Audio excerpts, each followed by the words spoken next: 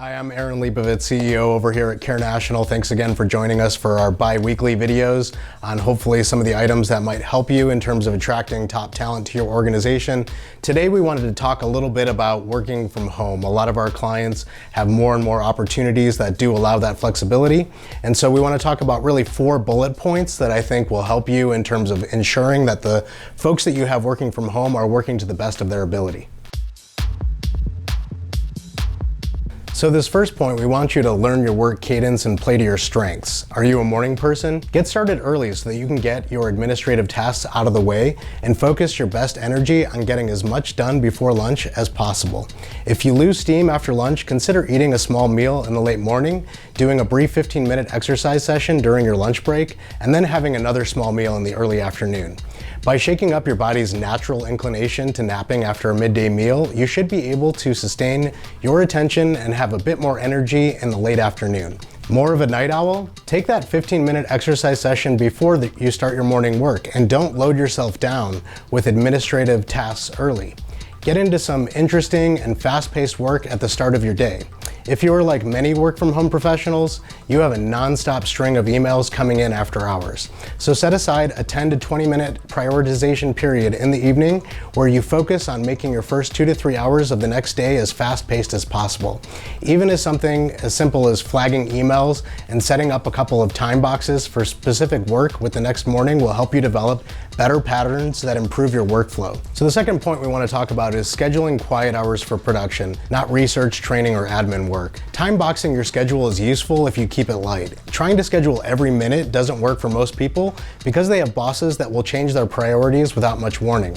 Now, this isn't a knock against bosses, this is just the nature of organizational work. So keep 2 to 4 60 to 90-minute blocks as sacred as possible so that you can ensure you have time to deliver high-quality work daily.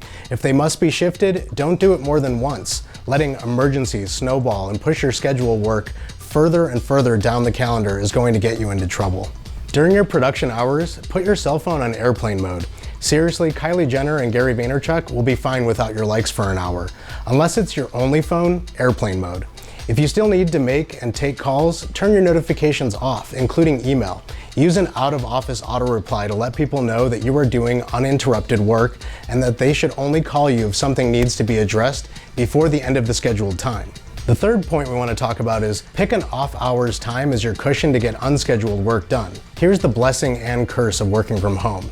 You never leave the office. People who are successful at keeping balance in their work life and home life usually schedule a daily cushion for doing a little something extra.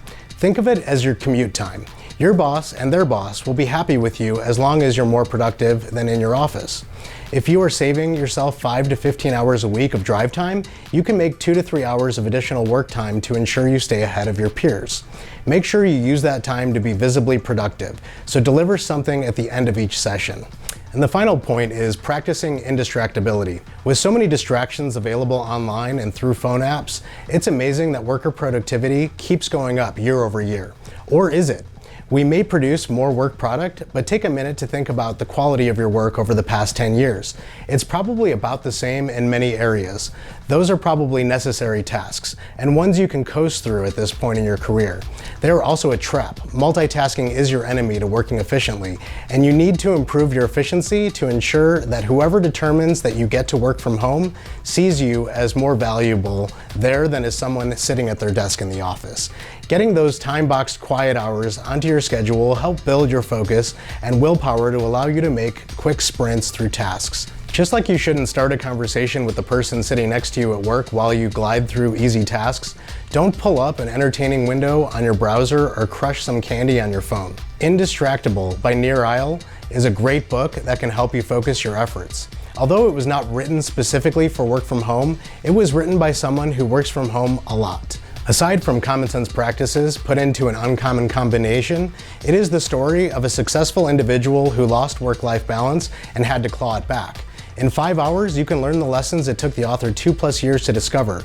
It's a good place to start your journey from a productive employee to a dynamo of high-quality work. Thanks again for watching. I'm Aaron Leibovitz with CareNational. As always, we help organizations recruit leadership, medical management, healthcare support staff, as well as clinical nursing staffing in hospital settings. Thanks again.